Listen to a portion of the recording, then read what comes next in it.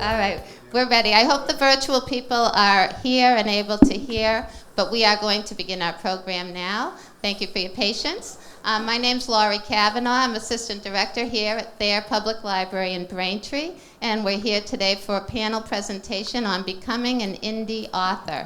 So I'll start by introducing our three authors that we have here today, our three panelists.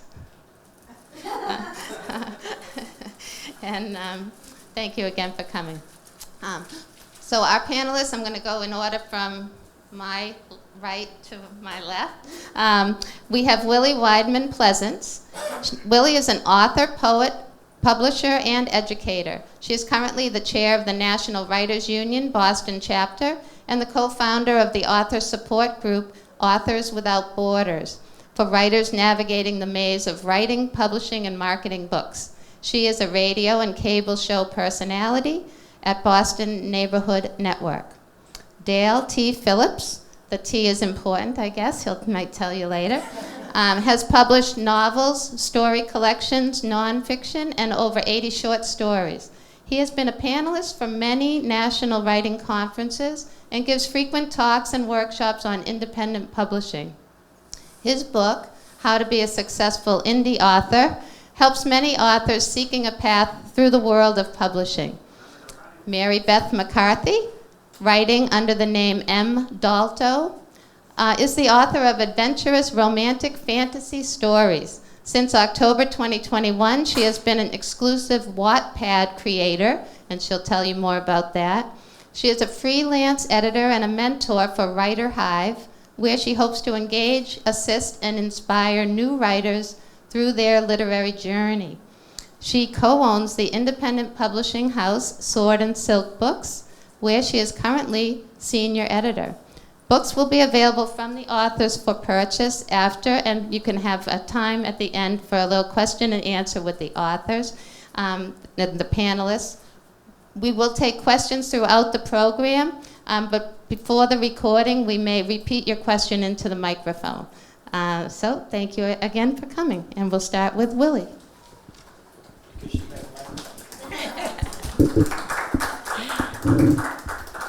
Hello, can people hear me? Is it on? Hello? Yes. Yeah, maybe I should hold it. I'm usually loud, but how many people here are published authors? I don't want to, yeah, good. How many people have a manuscript? Everybody has a manuscript. How many people are thinking about writing and haven't written yet? I just want to say, I want to really take the stigma off of self-publishing. Independent publishing. However you want to say it. Indie, self-publishing. I want to take the stigma. How many people watch independent movies? What about independent movies you like? Think of traditional movies by Hollywood. Why do people do independent? Because you get to hear your voice. You get to hear voices that you're never going to hear with traditional, those 5 publishers. So that's the perfect reason you want to do independent publishing. You want to do that. I say, don't worry about Harper. You can do a good job independent. You'll have the tools. We'll give you some of the tools today. But don't feel like you can't do a good job with it. So I think it's the best. Me, I was a poet, short stories, writer. Nobody, those big 5 companies, publishing companies, gonna take my book. It's not money making. They're all about money, and they're about making money on your back and your writing. So why not be the person to take your money for yourself? Take all the profits. You get to decide what my book cover looks like, what I want to say.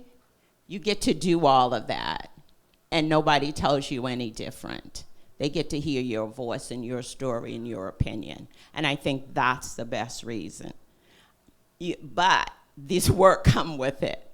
There's a lot of work, and if you don't want to do it, you hire some people who are good at it, that are reasonable price, because people do things. I'll tell you things for free because I want you to do a good job. I want your book to excel. But there's planning. You have to do your planning, and you have to do the execution of it. So there is work. I'm not going to lie to you. It's not going to be as easy as you think, but it's not going to be as hard as you think either. So I'm telling, start your list. Start a list of things you need to do. So get out a piece of paper, start writing down some notes that we were talking about today. If you don't catch it all, it's okay. You have Lori, you have Dale, and we can talk to you about getting started on it. But the other thing that needs to be on your list is a budget.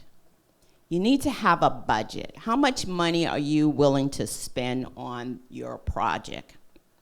And then you need some goals and expectation.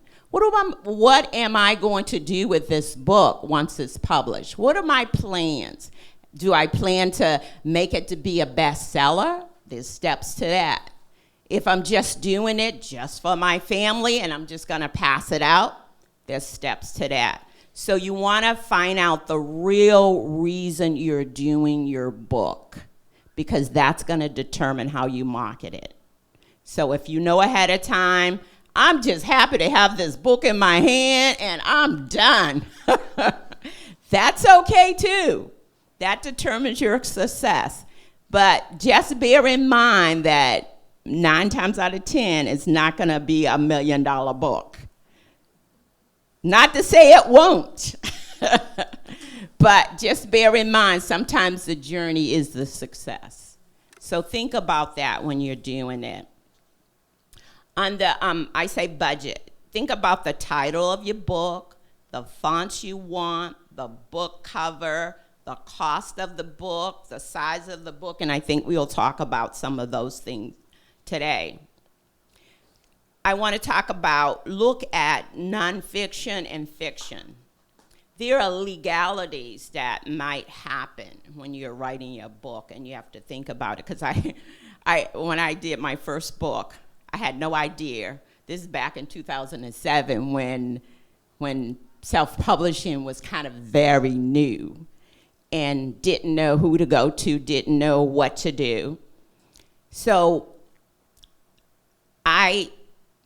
there's legalities. I wanted to publish the book, and I wanted to put all my friends' pictures in it, and I wanted to put all my family names in it, and oh my God. Wrong.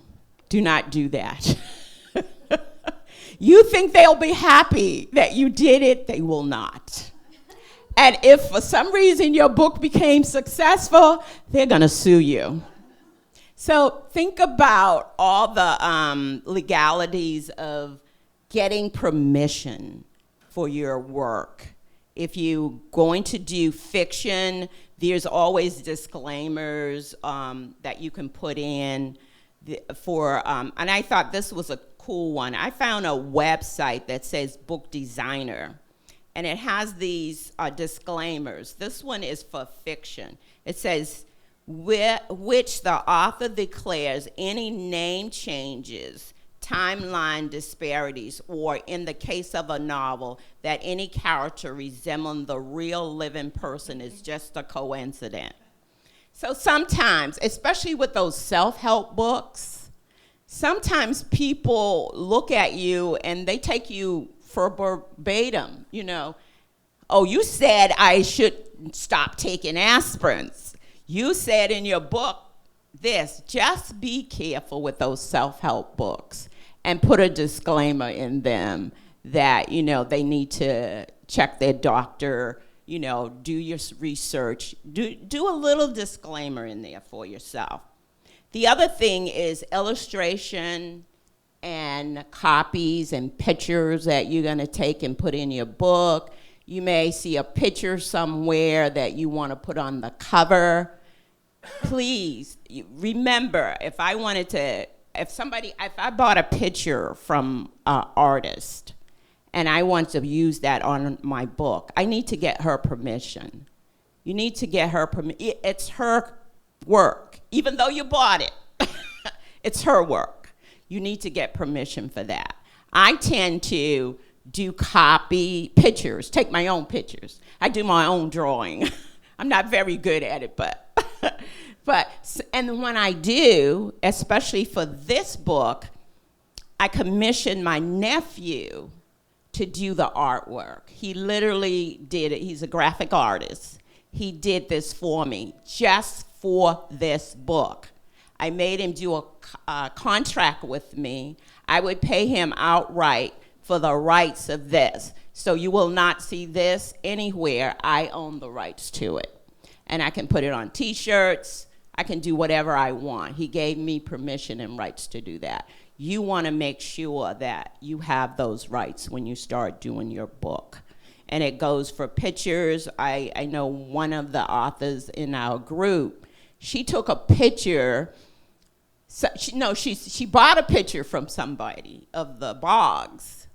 She put it on a book, and the lady came to the festival, and she said, "That's me in that picture. That's me in that picture, and that's my bogs." So she followed her around. She said, "I bought the picture." She said, "No, that's me and my husband." She would come to every event to make sure she was not making a lot of money off the book. So you have to really be careful about getting the rights to things. The other thing, I know I don't have a lot of time, illustrations, copyrights. Copyrights, we'll talk about that. Sample, I bought a sample of a copyright form, and there's a lot of information on this. But if you, the author of your book, you're the illustrator that's inside the book, you have the cover and all of that, simple form is fine. It's when you start to have things inside the book that you do not have rights to that it becomes a little tricky. But what all the copyright does is, in short, the copyright company only holds what you send them. If you send them a USB stick, if you send them written form, whatever it is, they hold that, and it becomes in a file. They give you a number, and they hold that. That's all they do until it's a legal issue. And then you write to them and said, "I need you to send me that." That's what they do. You can do a poor man's copy, which is fine. You write your manuscript, put it in an envelope, mail it to yourself. Don't open it. It's legal. Actually, that's not. It's not? No, that is useless. But it's better than not having anything. $35 to the copyright office gets you the copyright. Yes, I'm not saying not to do that. I'm just saying in conjunction. That is no good.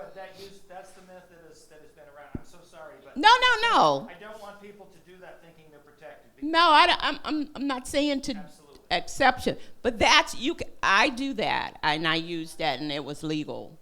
But do both. Do both. It's $35. I think it went up to $65. I looked the other day. It's $65. On a $65 form. So Yes. Yes. Whatever you send them is what they keep, and you don't have to do one poem at a time. You can no. Listen, that's why we're here. That's what I do, folks. I'm sorry. That's why we're here. But yes, send whatever if your manuscript, you got 10 poems, put 10 poems and send one form. If you have your manuscript, send that manuscript. Send the whole thing. Don't send bits and pieces. So yeah, absolutely. ISBN numbers. ISBN numbers I would use Bowker. It's one of the well-knowns. It's BOWKER.com. Me personally, I would not use anyone else. And it's the International Standard Book numbers. So you can get free. There are lots of things on the website, and they say free. Do not use them.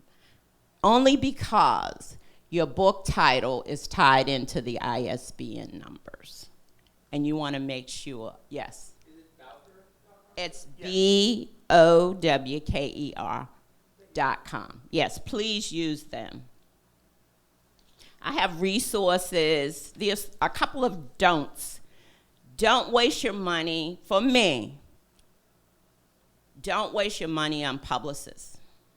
What they do, you can do yourself. Don't pay a company $500 to display your book at a national event. It's a waste of time. Do not, if you compare to 2 or 3 places, when you're looking for a print-on-demand company, do research and look for 2 or 3 companies and compare prices. You're Like reading ahead. You're reading ahead. What? That's mine. Oh, no, these are just no, I'm not gonna talk about demand, don't worry. You get 20 minutes, they're gonna get 10 minutes. But look at your demand at those companies and decide what you're gonna use. People who say, I can read your book and would love to show you how we can help you, but it's gonna cost you $4,000. Stay away from them. Others will want to pay you for video interviews. Do not pay for video interviews. Community stations, and I'll do interviews. Access TVs will do interviews. You can get on a radio station, promote your book for free. Do not pay for it. Do not pay for book return policies. Trust me, I spent a lot of money doing stuff you do not need to do. And then again, I say do not use free ISBN numbers. I know that Amazon does give you free. I would suggest you buy your own ISBN numbers. They are $125 for the ISBN number and $25 for the barcode. If you know you're gonna only do one book, that's fine. But if you think you're gonna do a series, please buy a bulk of 10. That's, I think that's it for me. Thank you.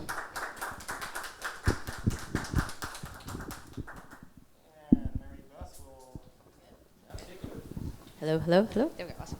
All right. So once you decide how you want to proceed and you finish your manuscript, celebrate. That is a huge accomplishment. But now you got to get it ready for publishing, because I am going to tell you that a first draft should never be published. People will notice. So what do? Well, you've got to figure out how you're going to proceed. One of the first things you need to know is exactly what you've written. I know a lot of writers who just write to write, just let it all out, 50,000, 75,000 words, and you're done. Awesome. That is such an accomplishment, but you need to figure it out before you take the next steps. That's where genre comes in, which is different than age groups, so we'll go into that in a minute. So genre, and I actually have an exact definition so I don't get myself confused, is the category of literature characterized by similarities in form, style, or subject matter. So you walk into a Barnes & Noble and you have all these bookshelves, and there's always these titles up above every shelf. Imagine where your book would sit. If you walked into a brick and mortar, where would you go into that store and find your book? And that's your genre. Whether it's fantasy, science fiction, horror, mystery, even nonfiction, you got to figure that out, or you are going to be stuck when it comes to figuring out how you're going to get your book out there in the first place. And then from there, you can figure out your subgenres. Pretty much almost every genre has a subgenre, and that's just the more, the smaller, more specific, fine-tuning of what you're writing. For example, my fantasy, there's high and epic fantasy, like Lord of the Rings. And then there's, romantic fantasy, portal fantasy, like Lion, Witch, and the Wardrobe, urban fantasy. Like, it goes a huge umbrella of fantasy, but then you need to fine point it, which will also help you later on when you decide where you want to put your book up, how you want to get your niche, how you want to find that audience looking for your specific type of book. In addition to that, you need to know what age range you're writing for. Generally, those range from adult, the lovely new adult, which is my personal favorite, that you have the freedom to use when you are self-publishing and independently publishing, because traditional publishing doesn't believe in it, but that's a different conversation altogether. And then there's young adult, YA, there's middle grade, so when you're writing your stories, that's also something you need to take into consideration, is not only the age group that you're writing for, but also take into account the ages of your characters. If you are writing a young child, you are not writing an adult book. If you are writing an 18-year-old, it could be a young adult, upper young adult, it could be a new adult, it could even be an adult. You just need to know what target audience you want to write for. That also gets into more specifics about how many words you need to write, how long the book needs to be. But these are all things that only come into play once you figure out exactly is the genre that you're writing. I know a lot of people who, they're just like, well, it's fiction. It's like, okay. I mean, you can have a general fiction book, that's fine. Contemporary, they exist, You are going to do better for yourself as an author, as a self-publisher, even if you decide ever to go into submitting to small independent presses, however you want to go, when you can pitch your book as something more specific than just fiction or nonfiction. So once you have that all figured out, okay, so what are you going to do with your manuscript? And like I said previously, you never want to take a first draft and throw it up there for people to read, because people will notice. They will call you out. Reviewers are not your friends. They are reviewers. Yes? I had a couple of questions. First one, just Betty, since you wrote under a pen name, what would you say the benefits under writing your real name as opposed to a pen name? Is there like pros and cons to both of them? I think a lot of times, you want to wait? If you want Yep. to answer it now, can you? Sure, yeah. So a lot of the question was about whether or not you should write under a pen name, the pros and cons. A lot of times it's a personal choice. A lot of people want to compartmentalize their personal lives and their professional lives. Some people do it by, if they write one genre and then want to write another and have it separate so that people aren't looking at their YA contemporary and then their adult horror. Me personally, it's more of a personal choice. I'm not hiding behind my pen name. I started writing with my maiden name way back in the day, and it's just a personal thing for me. I kept M. Dalto because that is literally the last time anybody will use my maiden name. One other thing, excuse me, I told you I interrupted. Search terms. Is your name, if you enter it in a search term on Google, Bing, whatever, does it come up with other people's stuff? That's my name did, so I have to use that middle initial to differentiate it, to get myself in the search terms at the top of the search. If your name is Joe Smith, you probably want a pen name. Right. So you're going to have to do a search of your name and decide if you're going to use a pen name or not. For some people, it's useful. And some like us just want our name out there. Yeah. No, it's fine. So that's really it. It's a personal choice, never a requirement. It's just in how much you want to put your own name out there. Yeah, absolutely. So now okay. Your manuscript, back to that. So we have a pen name, we have our genre. You need your manuscript edited. My advice is you can spend a lot of money or you can spend the right amount of money. Do your research. If you have, the long answer is yes, you want to have your manuscript edited. You need it edited. Ideally, there should be developmental and content edits. There should be copy and line edits. And then you should have a final proof. And in an ideal world, if it can be done, these should be 3 different people. because the more eyes you can have on your manuscript that have never read it before, the better results you're going to receive. The more eyes you can have on a manuscript, the better your story will become. So ideally, in an ideal, you should have, copy and development edits can happen at the same time. But I would also suggest getting a proofreader separate from anybody else who's read your story, so you can get that fresh set of eyes on it one final time before you submit it for formatting or publishing or whatever it is that you want to do. That is what we do at my publishing house. We make sure that we have fresh eyes on almost every step of the process, because I know myself personally, I've looked at my own stories so many times that you gloss over the smallest things. And that's the stuff that readers will pick up on. And the last thing you want, like Willie said, there is this odd stigma already on self-publishing authors, as if they're not, I don't even want to say good enough, but just not up to the highest standard of a traditional author. And that's not the case. I have read some horribly edited, traditionally published books, and I've read some absolutely fantastic self-published books. And you want to make sure that you are putting your best work forward that you can do for yourself and for your career as an author. So that's why I highly definitely say get an editor. How we go about getting an editor? The community is probably one of your greatest resources. If you know people who have written stories, who have gotten books published, find out the names, find out who they've talked to, who they've worked with. Twitter used to be my favorite resource for the writing community, and we all know how that has turned out to be. And it's really one of the most detrimental things to me as a writer, because there used to be so many valuable resources in that community online. Google can be your friend, but always do your research.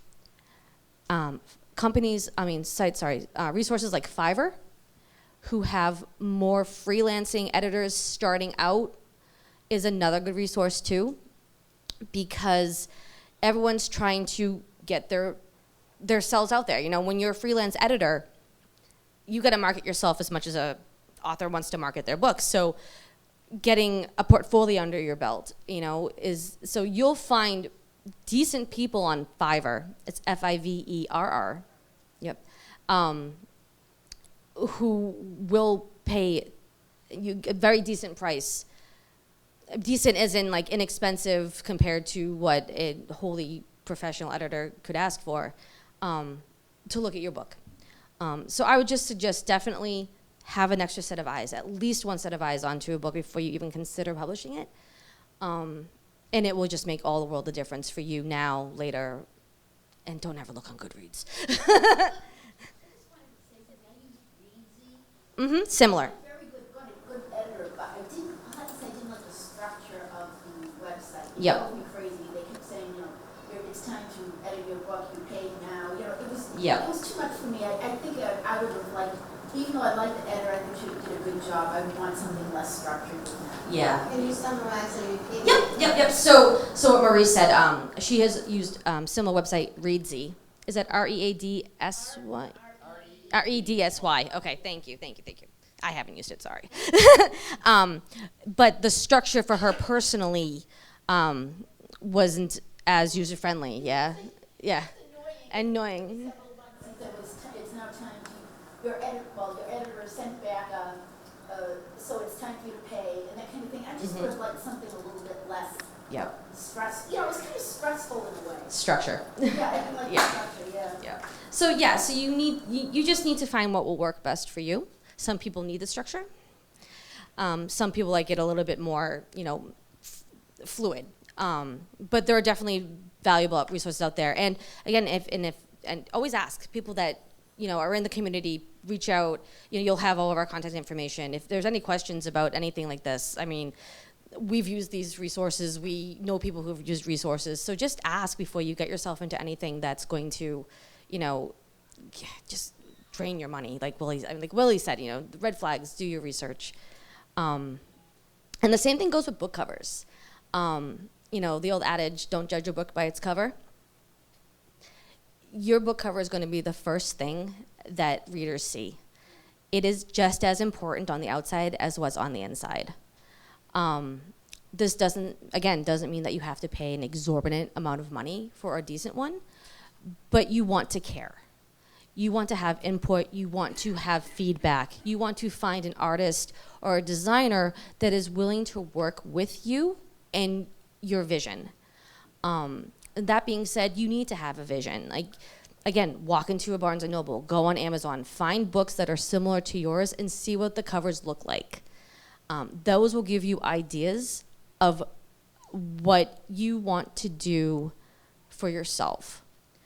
Again, you can do this yourself as well. Canva has some great templates for for book covers, people just getting out there, just trying to get a feeling. Even if you use that as a template to give a professional, graphic designer, you have to start somewhere. Play around, mess around in sites. Canva is free for a lot of stuff. Yes. I have a question about when you mentioned vision.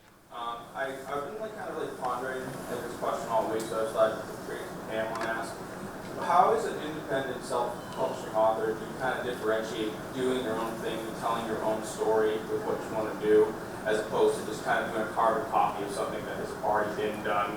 Because I was watching an interview with, I think it was David Fincher, who directs a lot of big Hollywood movies. He said that one of his strategies is to develop his stories, to kind of locks himself in a room and watches movies over and over, and just kind of okay, I can pull this from the 1930s movie, I can pull this from the 1980s movie, and I can formulate the ideas. How would you say with your books that you did kind of formulate a unique vision for your stories? Do you want to that one? Well, yes, I think that's more to do with the craft of writing. Okay. Really, we're taking this from, we've written the book, what do we do Okay. from this point forward? We can talk after. We'll Yeah. talk after, definitely. Yeah. Yeah, I'm not going anywhere. So just summarize it. Because Okay. it's chocolate. Yeah. So what he said, how do you differentiate between putting your heart and soul pretty much into a story and to writing commercial pretty much is how do you write your story versus what could sell? So that's a great question. I love answering that question. I'm sure everyone does. We can definitely talk about that when we're all said and done. But yeah, book covers. You need one. and you need it to look professional. I would highly suggest not going into Microsoft Paint and putting a title on and slapping that on Amazon, because no one will buy your book. But again, it ranges, like Willie said, have a budget. Book covers should definitely be up there. I personally think that a book cover, again, not as important as what's inside, but very important because it's what your readers are going to be looking at first. Again, Fiverr has book cover designers. Does Reed see? Yeah, yep. So very similar thing. Freelancing designers that are out there trying to get you to use them, and probably for far less than you would for a traditional publishing graphic designer, anywhere else. Now we get to go to my favorite part. So, you got a manuscript, you have a cover. Do you have to make it a paperback? And the answer is no. In this day and age when everybody is all on their Kindles, they're reading ebooks, you don't have to publish a book anymore physically. You can put it right up in an ebook format, and it can go to so many people so many ways. My story is I started a lot of my writing on Wattpad, which is a free-to-read, free-to-write serialization website. When I first wrote 2,000 Years, I had drafted it, and I just wanted to share it. So I put it up on the website, and I got people to read it.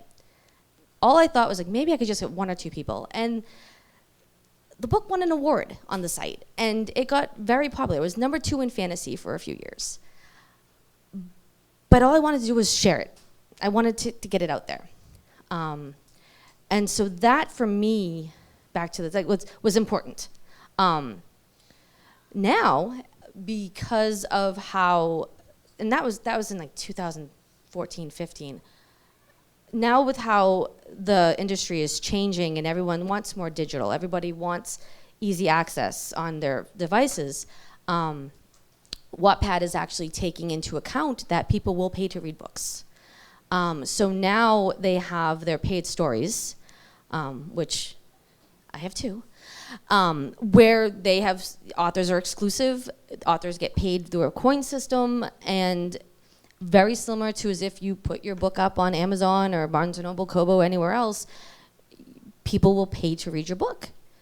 For me, I have a lot of control with when it gets published, how it gets published. I can easily edit it without having to take the whole thing down and put the whole thing back up. I can post it chapter by chapter. I can change my book cover if I ever get the need to. So for me, it's a lot of hands-on control for myself.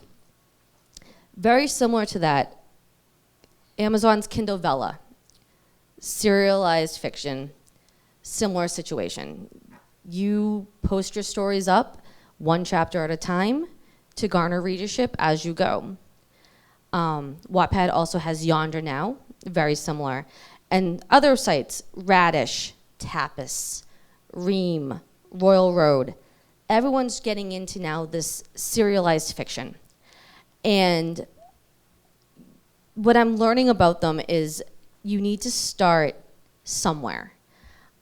People always ask me, well, how do you get your books read? How do you get your books discovered? How do you get money? How do you get paid to write on these sites? And it depends on what your goal is. Are you trying to get your books read? Are you trying to make six figures? Are you trying, right? You have no idea. Like, people like, it's just, you gotta bring it down. So a lot of these sites, again, like what we were talking, also have contracts, whether it's exclusive, whether it's to, right of first refusal, whether it's to, make sure nobody else you can't post it anywhere else. So when you just use these web-only sites, you just want to make sure that you are aware with the legalities, very similar. You want to make sure you know that your story remains yours. You want to make sure that you have the right and ability to take your story back if you choose to post it somewhere else or if you choose to publish it another way. But these options are also becoming viable, especially when they're finally starting to pay authors for their creativity. So again, I love talking about Wattpad. It is a huge boost for me. It has worked for me. I will be happy to answer questions about that. But I know that Dale is over here really itching at the bit, chomping at the bit to talk about deciding what to do. So I will pass the microphone on to him now. Oh, yep. Yeah. Yes. Do they have, like, with the AI stuff, do they have, like, I know, that's why I I'm know, talking about yeah. it, because my office is starting to talk about it with tech writing. Yeah. But do you know, do they have a policy of, hey, you're putting your work out here, we won't use it to train our computers to make your Great books? question. Yeah. Yeah. So this is a hot topic these days with AI, ChatGPT. Can they take your stories and use it? The answer is no. Yep. They are actively working on it. They are actively, as a creator for Wattpad being exclusive with it, they're also very good on their writer's behalf. So if we ever found it anywhere, ever found anything, they would be on top of it. They do not use it. They do not put anything up themselves. Unfortunately, people are horrible, and you can only, and the people are horrible. AI, people are horrible. And so it's just be vigilant. It's just really being vigilant. I mean, this can happen anywhere. I can go into it a little bit later, but I mean, there are those websites up there right now that are just taking all the copyright work and putting it out there. And it's just, it's gross. It's gross. we're in a society right now where we're trying to fix it. Wattpad does not ever take your work. Your copyright is yours. Yep. Thank you, Mary Beth. Thank you both. Folk, did you turn that off? You did. Look at you. Oh, boy, I can't believe she did that. Microphone's on. Yeah. Microphone? Is a microphone up? Yes. Oh, okay. Folks, just understand that all of the topics we're covering today aren't even beginning to get a fraction of it. This is like an iceberg. There's just a tiny little bit above the surface, and everything is beneath. We're talking about way more than we can cover in just a couple of hours. That's why I wrote that book, because people keep coming up with the same questions over and over again. Dean's read it and can recommend it, actually, too. So always bring a shill to an event. Or four. So everybody asked the same questions over and over. And somebody said, well, how'd you come to write this? And I said, 20 years of research. I started with an agent, but New York took too long. And then I went with small presses until I was able to learn the things that I needed to do and jumped in and have learned the process over time. And the next question people ask after they've read that book and they have their manuscript out is, well, now how do I sell it and make money at it? Nicole has actually been a contributor to this book, and Maureen Walsh up here, Mo, has also been. So that just came out in print yesterday. So if you have the questions, these will answer a lot of them. I know you're going to come out of here going, oh my God, they talked about so much. We have to talk about a few things such as, I'm sorry, ISBNs are a scam. If you live in Canada, you get them for free. And to charge $125 for a simple registration number is unbelievable greed, because Amazon gives you an ASIN number, which is an identifier, for free. And yes, you can get the published ISBN from them, but you only need it for print books. You don't need it for audiobooks. You don't need it for ebooks, only if you're doing a print version of a book, and that is for one edition of one print book. That's the only way. But don't buy one number. Like she said, $125 for a number, a meaningless number. I mean, people try to take advantage of authors all the time, and that's the one thing. It's not self-publishing, because you have your beta readers. You have your workshop groups. You have your critiquers. You have your editors. You have your cover designer. You may have formatters. That's not self, people. That's a team, but you are choosing your team. It's not a publishing company that assigns somebody to you who may not be doing a good job, especially with the big companies, because they're going to give you the bottom of the barrel people, the people that don't know what they're doing, the new people, the ones that are not tried and true. You get to choose exactly an independent publishing who you want to work with. You make your team, and you make it the best it can possibly be. And that's what you do with the editing. Get all the free versions of editing that you can first. Join these writing groups. Put it out on Wattpad, or put it out where people can give you critique and feedback, especially in the story and content editing before, because that's the big one. Don't be paying an editor $50 to $100 an hour until you get all of this stuff done first, up front. And then that manuscript should be as clean as possible, because editors are going to charge you an arm and a leg. So start saving now. It's going to work. Okay. And sales. Please do not expect to make six figures unless you're thinking about many points past the decimal point. I mean, getting started is difficult, and unless you win the lottery, and your odds are better of winning the lottery than getting a lot of sales on a book to start with. Even in Barnes & Noble, the books that are in there, you think they've made it. A Barnes & Noble manager said, 90% of the stuff in this store is wallpaper. He said it doesn't sell a single copy in a month. People come into a Barnes & Noble to buy the bestseller. And then they go, well, I can get it better on Amazon. But the thing is, you can get into bookstores. You can actually make money at independent publishing. It is work, but it is work that you can do. Work that you can learn piece by piece and learn and do and be happy and successful. That's the best part. Now, my portion is deciding of what company to use.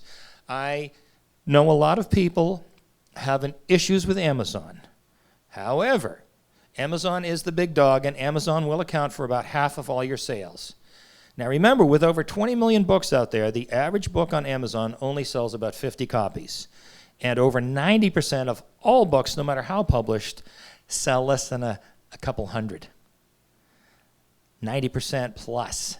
Okay, so your odds, like she said, are very slim of breaking out unless you've got something that catches fire, unless you do a lot of marketing, unless you get very, very lucky.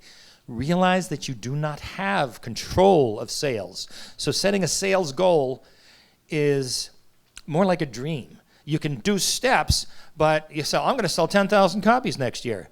Well, golly, good luck with that, because you don't have control of that. But you can control the steps you take to increase that. And you can control how your book is perceived, how your brand comes out and is perceived.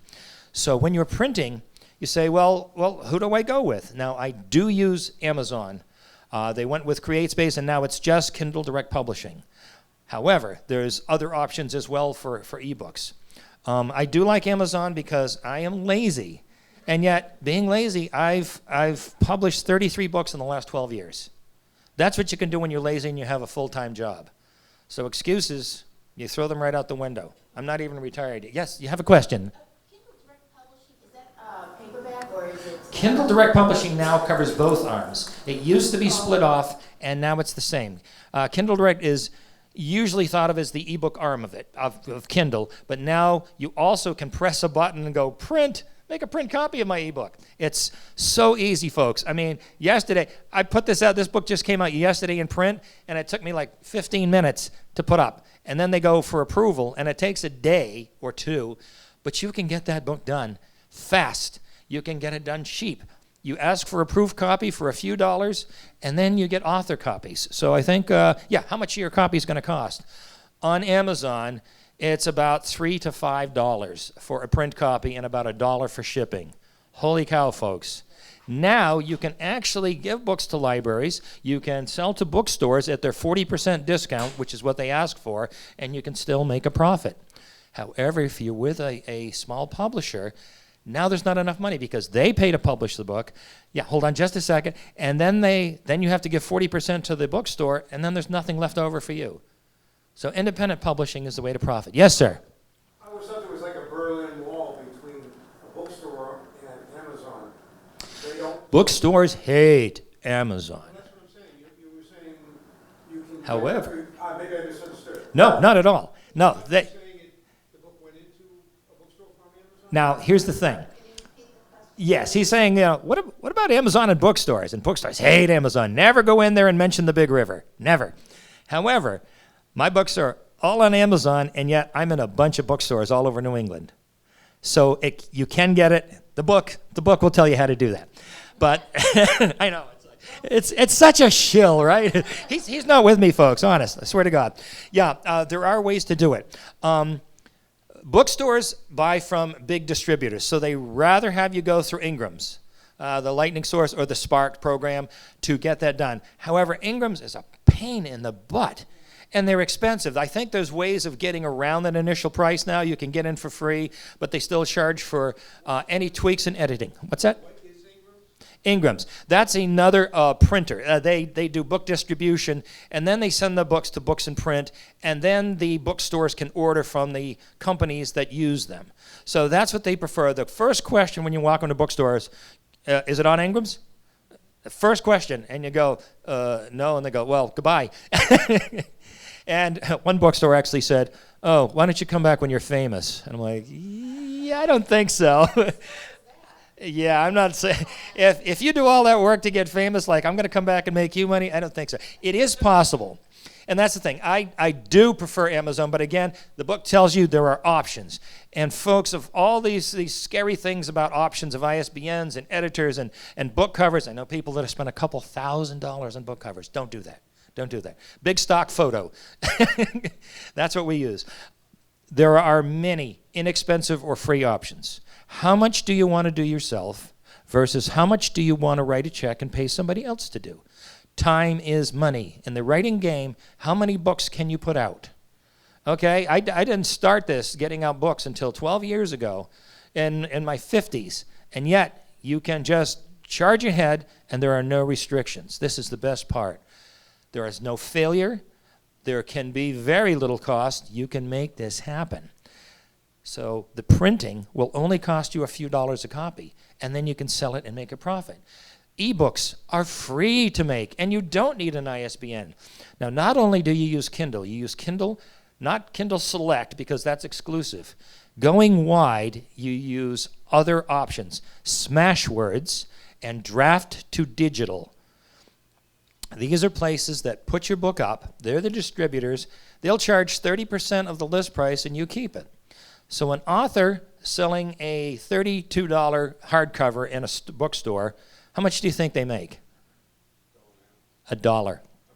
$1. When I found out, I was horrified years ago. Why are we giving $32 if the author's not making it?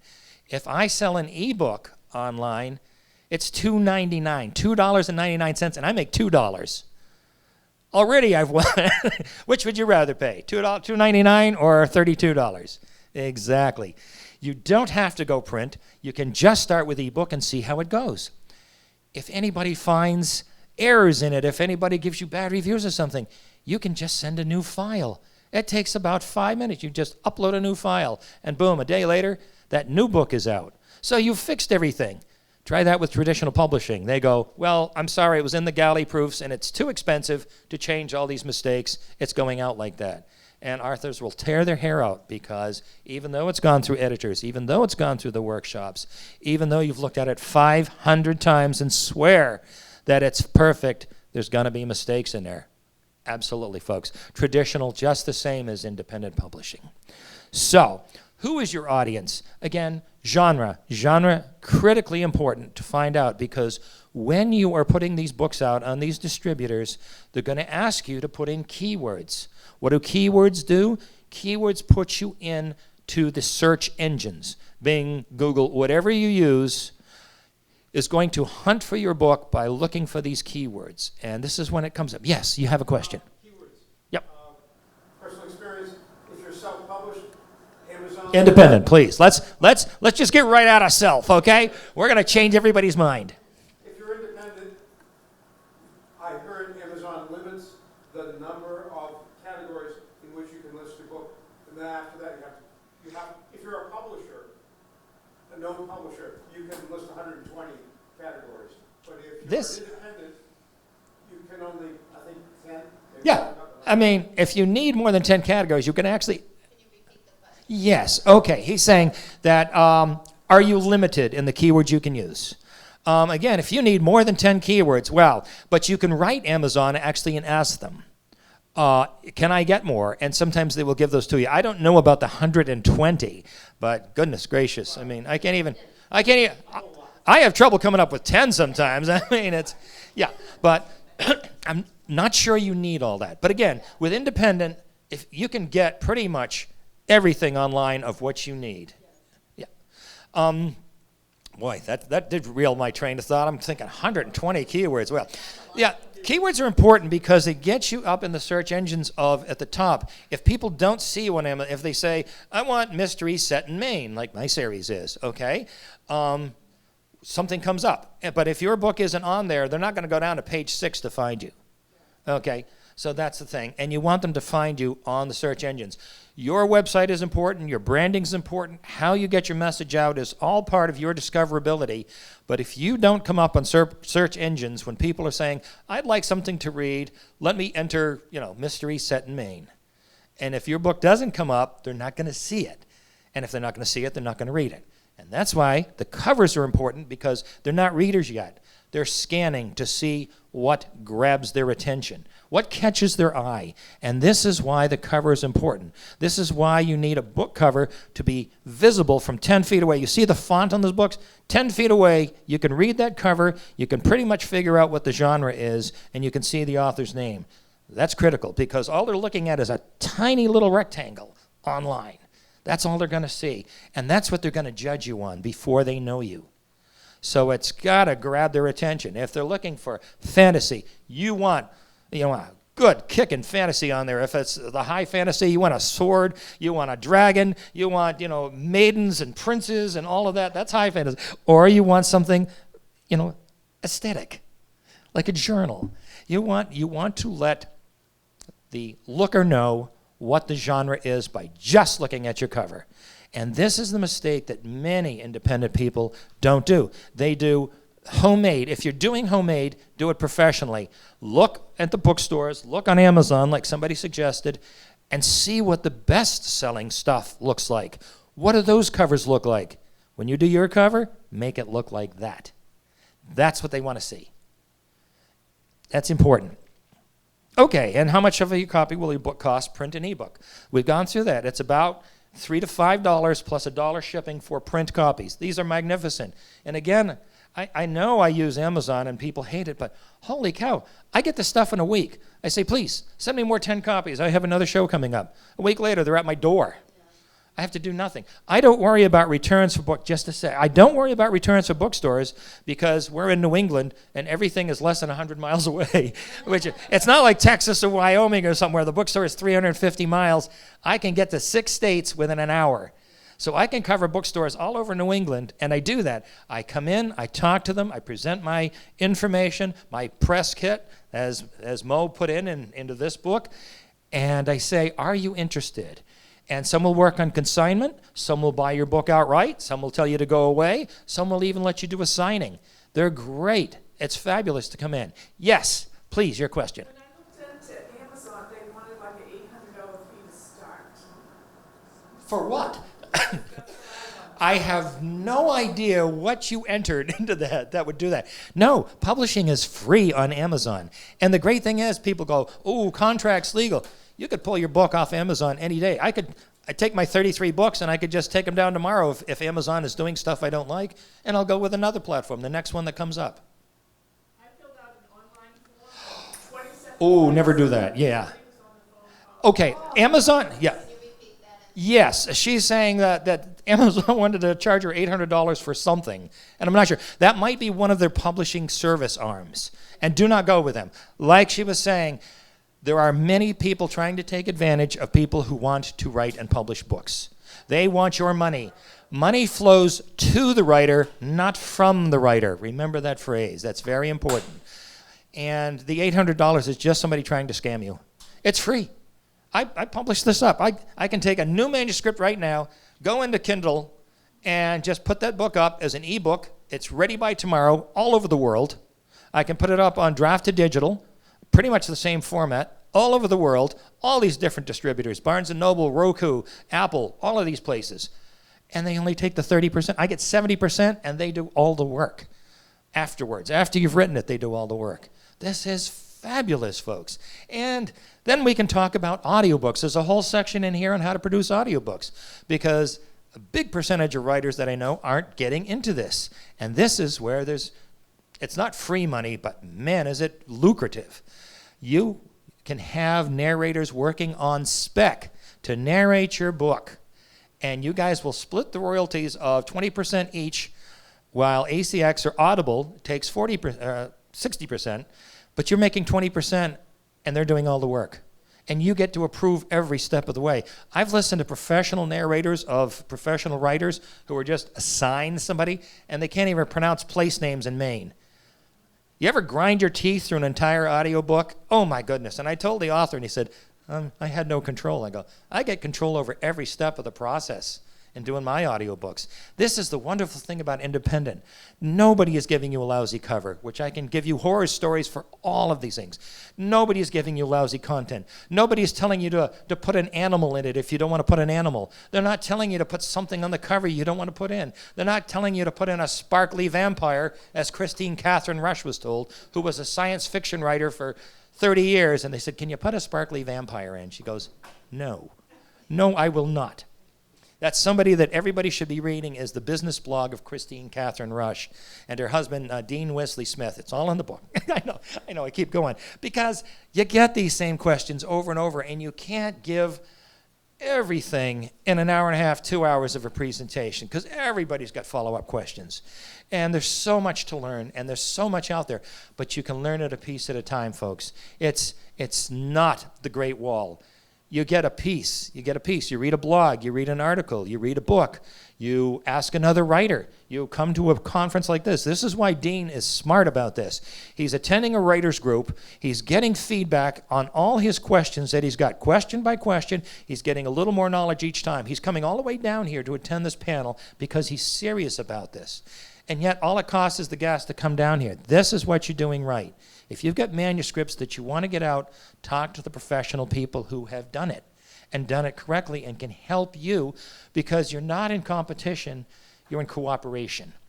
And Nicole and I and Maureen and I, Mo, are in a couple of organizations which all we do is help other writers like ourselves. Sisters in Crime, it helps female writers and some of the males, and Mystery Writers of America, and the opportunities are enormous. You can't go wrong. There's Science Fiction Writers of America, Horror Writers of America. Yes, Lori.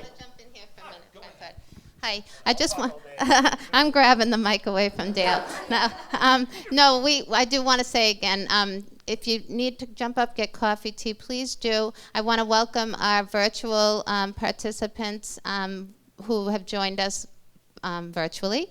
And I want to just thank the panelists. For anyone who came in after the introductions, I just want to mention we have Willie Weidman Pleasance, Dale T. Phillips, and Mary Beth McCarthy writing as M. Dalto.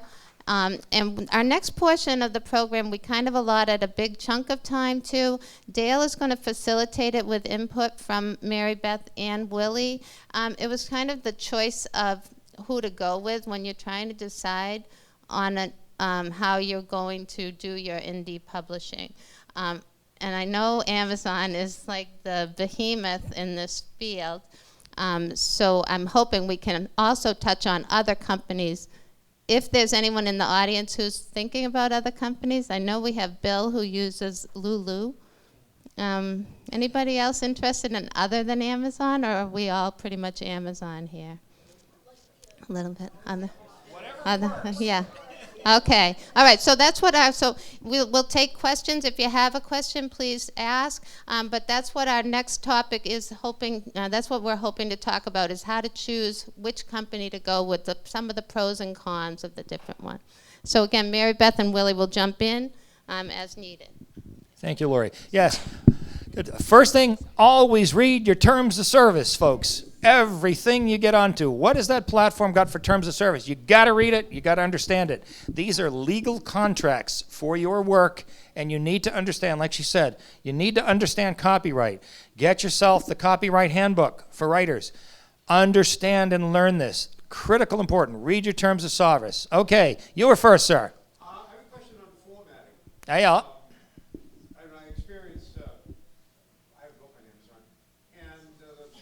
Ebook, print, what? Both. Okay. I didn't indent the first paragraphs. They said you didn't indent. I guess that's a standard. So we had to go back and then. Standards are different for different types of books. For the nonfiction, I didn't indent. For fiction, it's a usual case. There's something that everybody should go to, is William Shunn's manuscript format. SHUNN. It tells you how to format a manuscript for short stories, for novels, things like that, and it's the basis used by many, many people all over the industry. So that will let you know. But again, send a new file.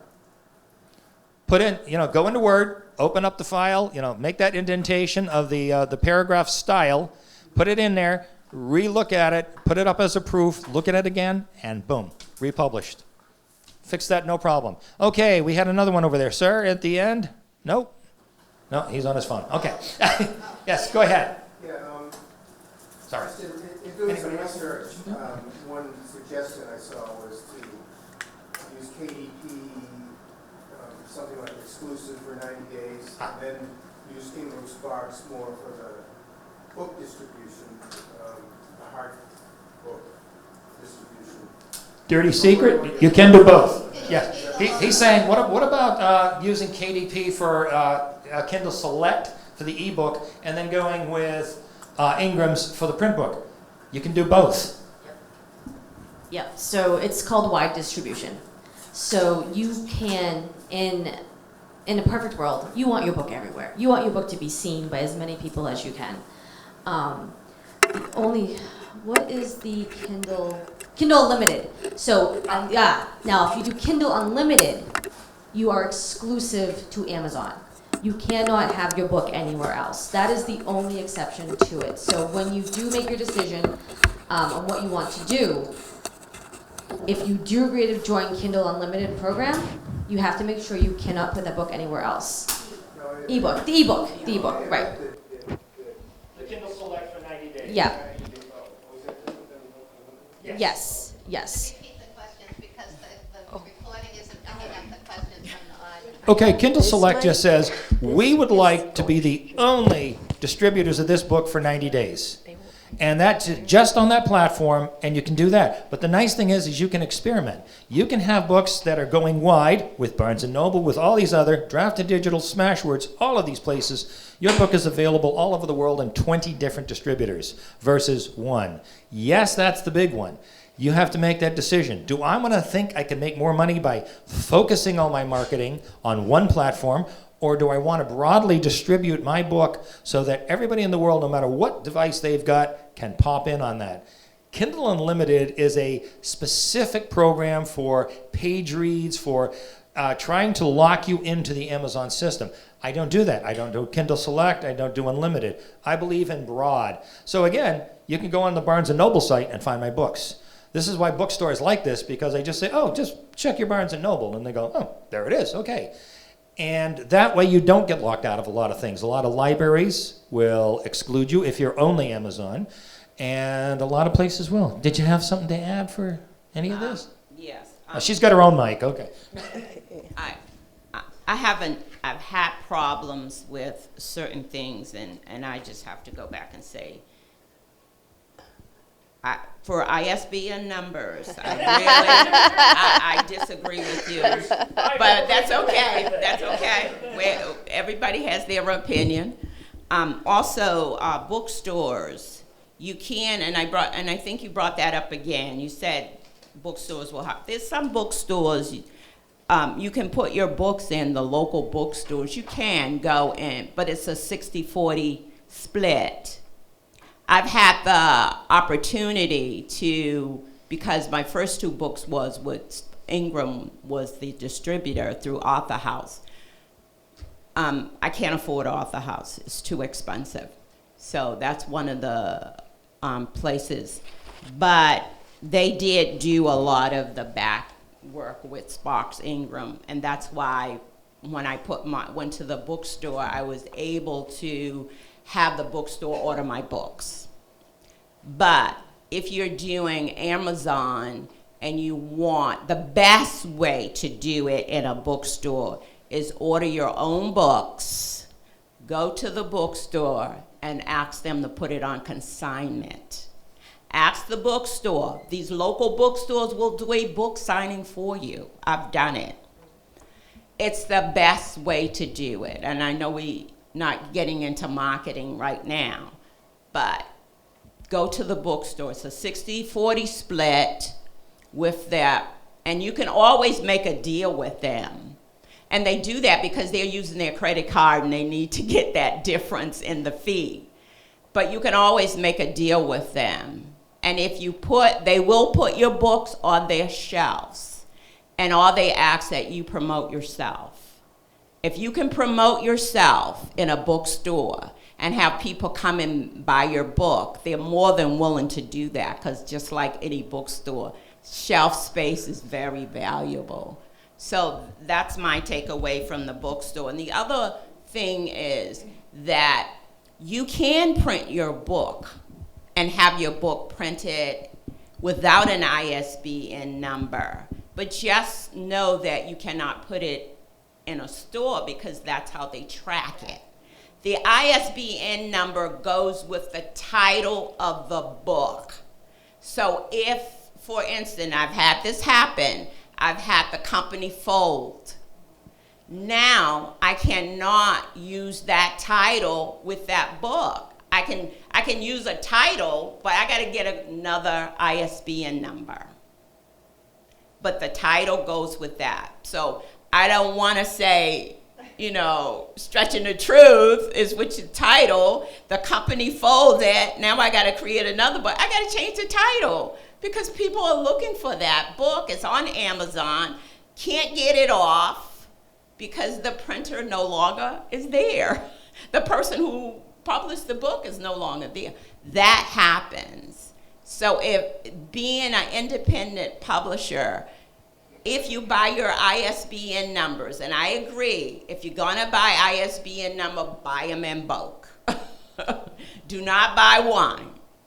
So that's my suggestions on that, but I do believe that's how they track the books, and it is tied to the title. So if you own it, you can take it down and put it up, do whatever you want with it. That's. Thank you. And this is why, folks, it's smart to start your own publishing company. Bing, bing, bing, because you're registering your ISBN. You're not going to go out of business, or if you do, you don't care, right? You're the publisher.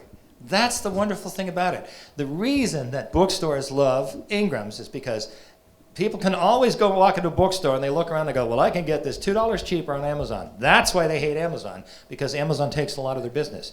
The reason Ingram's works for them is because they have a return policy. If they order books from Ingram's, they can return the covers for credit. And that means 50% of all published books get pulped. They take the covers off, they return those for credit, and they pulp the junk. They're never even read. This is the waste that happens in the regular traditional publishing industry. So they love to use the large distributors who they order from and get all these books in and then are able to return them if they don't sell. What I do when I get into a bookstore is I say, oh, folks, I will come and bring the books in, and if something doesn't sell in 3 months or whatever time that you deem, I will come and pick them up. And you don't have to handle anything. You just give me some shelf space. If they sell, great, I'll bring more. If they don't sell, I'll take them back. And they're like, great, you've just handled all of our problems. And some companies, some bookstores are going to charge you money to put your book on their shelves. And you're like, I'm making about 80 cents on this. Why should I give you money to put the books up? There was one just recently, Hummingbird in downtown Boston somewhere. They were charging authors $60 to come and set up a table for 3 hours. And I just laughed and spit my coffee and said, nope. They were full up of people so desperate to get a table anywhere at a, quote, bookstore that they would even pay money to go and do that. Folks, there are inexpensive alternatives to everything in independent publishing. Seek them out, do your research, learn how to do it. Unless you're rich and you just don't care and you just want to write checks to have people do it all for you, because that's what traditional publishers do.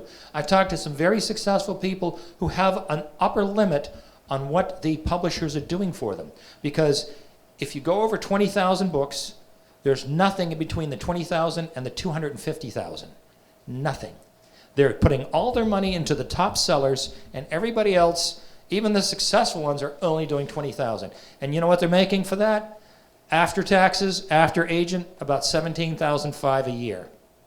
They're working for $50 a day, and they're working constantly putting out one book a year. Independent publishing, you can put out as many books as you want. I put out 3 this year, and I maybe have a 4th by Christmas. I mean, come on. There's no limit. Yes, sir. Excuse me just a second, Paul. Can you use this? It's Oh, only to boy. help the recording. Now she's Phil Donahue. This is great. Okay. Could you open the discussion to, we have the, No, it's for the recording only. Yeah. could you open the discussion to your opinion of literary agents? Can you still repeat the question? Yes. What about literary agents? I go to the conferences, I talk to many writers, and I have many opinions. For someone who wants a pat on the head from strangers in Manhattan, literary agents are great. You can query them for years and get rejected year after year and think that you're worthless scum. Okay? Or you can go to a conference and you can pitch them and maybe they'll go, okay, send me a partial. And then you can get rejected for a lot more years until it happens. Now, what an agent does is they call the 5 people, because there are only 5 publishers anymore, who might publish your book and might not. And the agent is only going to work for you if they think that they can make money. And if they know that the editors and the buyers at these companies aren't going to buy it. They're going to turn you down. So 99.99% of the time, you're going to be turned down. So even if you query 1,000 agents, you might get 2 of them that tell me send a partial or send a full manuscript. But then it's getting to buy them. And you know who's buying the books in traditional publishing now? Sorry, folks, 25-year-olds. 25-year-olds are buying the books. So if you're not writing for a 25-year-old market, you're tough out of luck for the most part. I know. Yeah, you are in the sweet spot, Mary Beth. Oh my gosh, that's great. But that's the trouble, is the agents know what they're buying, and so they're not even going to bother spending time on you. The agents are taking money from you. They're supposed to work for you, but they get sent the money first. This is a backward system. You should get the money and pay them. Back online. Off topic. Okay, marketing. Are we? Yes, we're close enough into marketing. Did that answer the question sufficient? The only thing I would add. Wait a minute, wait. If you really want to Oh, yep, back into the mic. Back into the mic. Thank you for your answer on literary agents. If you really want to be depressed, go on a site called Query Tracker, and they will tell you. And Query Shark by Janet Reed. She'll tell you how to write a good query and how much she rips apart the ones that aren't good. Beyond that, if you go to an agent, you can see how many rejections that they send out and how many people they actually respond to. It's very depressing. Well, you know why? They walk into an office, they've got plenty of work to do, and they've got a pile of this. And they go, nope, nope, nope. They read the first paragraph of the query. Pitch, pitch, pitch. Yes? Oh, wait a minute. Wait a minute. Question into the mic. And just remember, the decision's been made to independent publish already, so the whole literary agent question we'll have to visit after. Right. Come on up afterwards. We'll talk more. Hi, yes, I wanted to ask about draft. Oh, draft to digital? Draft to digital and Lulu and some of these. I don't quite understand what category what they do compared to Kindle, publishing.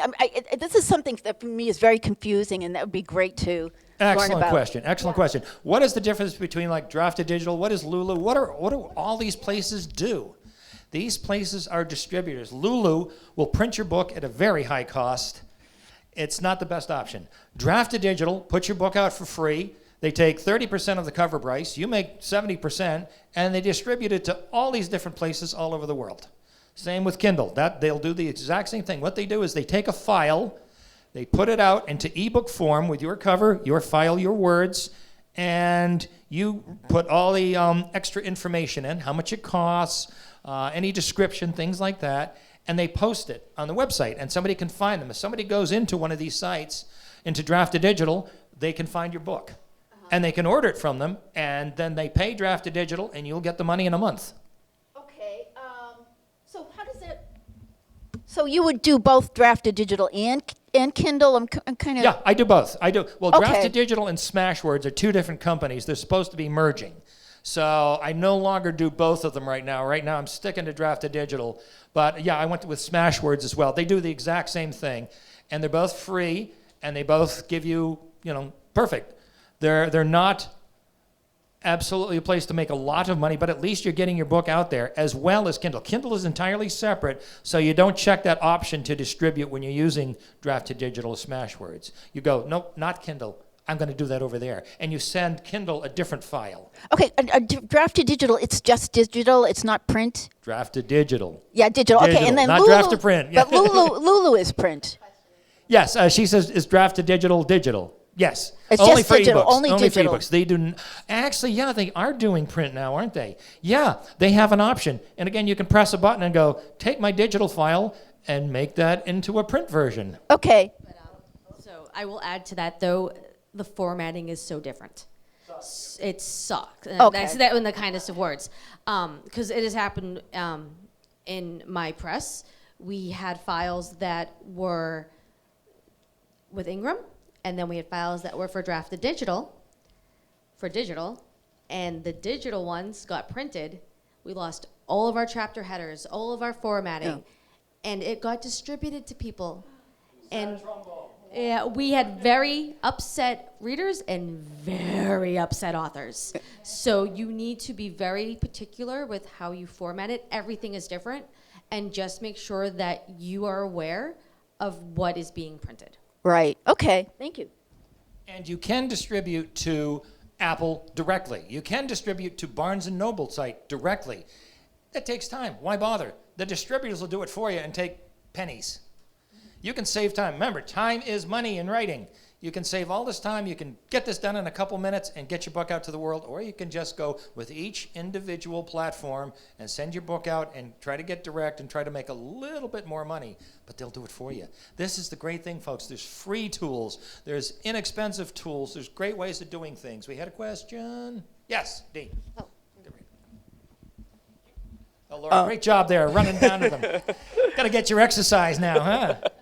I had a question about just like after like the general distribution in other countries. So how does like if you go through like the Kindle, the ebook route, where you like let's say for example if somebody wanted to buy your book who was in France and they saw that on Amazon, how would that work about where you're selling your book in a country or somebody's trying to buy a book that's an ebook in a country where English isn't the predominant language? Is that something that you have to pay a fee to have it reformatted into that particular language, or is it just that they kind of handle it on their end? Great question. And Dean asks, how do you handle selling your books in foreign countries?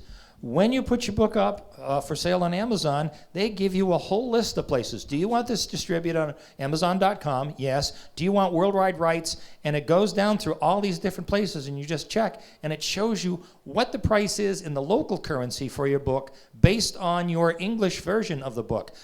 There are no translation services yet, and I think somebody's going to make billions of dollars when they figure out how to make good translations for English authors, because I know I want to get all over the world. Big publishers, traditional publishers, can sometimes do that, but only if you're selling a lot. And that's usually a different slice to a different agent who's selling translation rights and worldwide rights for other stuff. You can do it yourself. Christine Catherine Rush has done it, and she recommends it, that you can deal with them directly. So you don't have to do a thing. They're going to sell it in all the Amazon markets all over the world. Somebody in France goes into Amazon France version, and they see your book. And they will see in English, but again, they have local currency price. How many euros? Bing. Bought. You do nothing, and again, months later, you get the price. It's lovely. Yeah, sir. Oh, wait a second. Yeah, wait for Lori to run at you. Yeah, I had a question about formatting. Yeah. My manuscript is in what seems to be the accepted version, Times Roman, 12-point, double space, etc. The chapters start on a new page, partway down the page. So my question is, when you want to upload that to Amazon, and you have different, say it's a paperback, and you have different size pages, etc. Do you have to then go through, because that's going to just shift everything around. Do you then do it after you upload it to Amazon and go through and figure it out? Oh, you have to. Just repeat the question briefly. You have to find the. Oh, Willie, can you just repeat Yeah. the question about what was it? Formatting?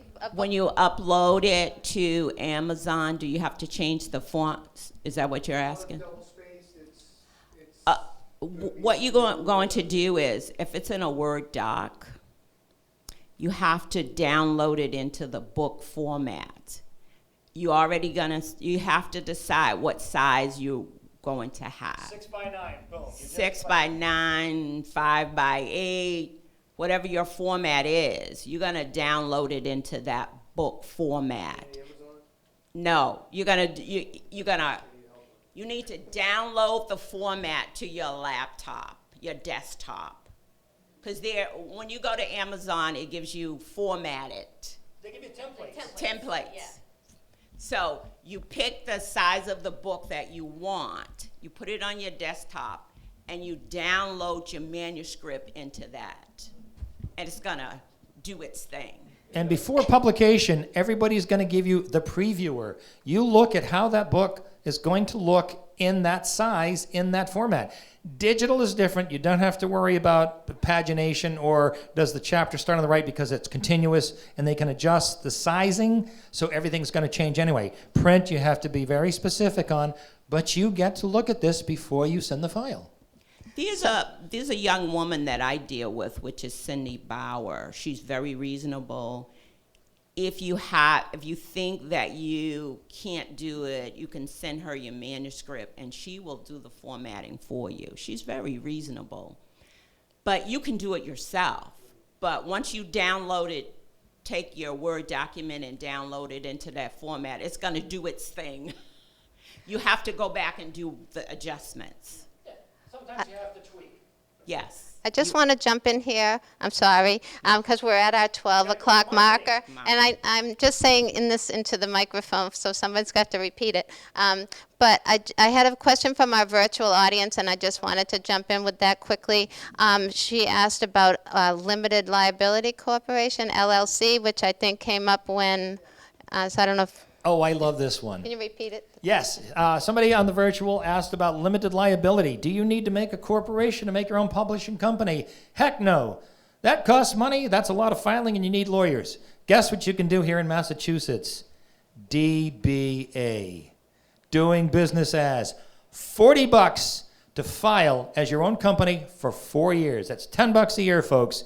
You go down to City Hall, you fill out a form, you have a bank account, you have a logo, you have your own company name and a website, and bingo, you are ready to go with your own publishing company.